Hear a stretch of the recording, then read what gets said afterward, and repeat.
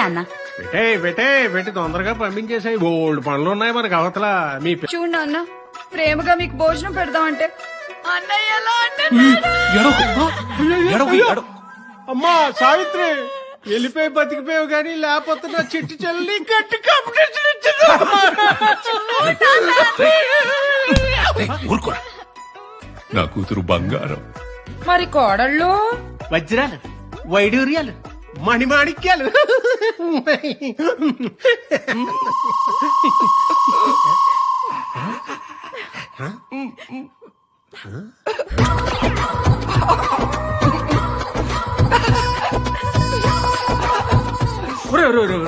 ఈ ప్లేట్ తీసుకుని కిందకి వెళ్ళిపోండి ప్లీజ్. అక్కడ తినండి. సిగ్గుండాలరా, యుద్ధం కూడా ఆ తర్వాత ఆపేస్తారా. నువ్వేంట్రా పొద్దున్న లేచిన దగ్గర నుంచి దాని మీద దాడి చేస్తానే ఉన్నావు ఏదో మూల.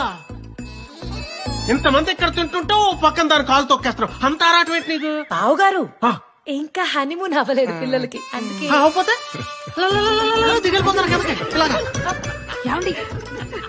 అంతిమయాత్ర బండిని కూడా వదలకుండా వాడుకున్నాడంటే ఏమనుకోవాలి వీడి గురించి? అంటే దాని ముందు ఈడో పెద్ద శక్తివంతుడని ప్రూవ్ చేసుకోవాలనా, లేకపోతే జనాలంతా ఇళ్ళు ఎంత విషయం ఉందని ఫీల్ అవ్వాలనా? నాకు అర్థం కావట్లా.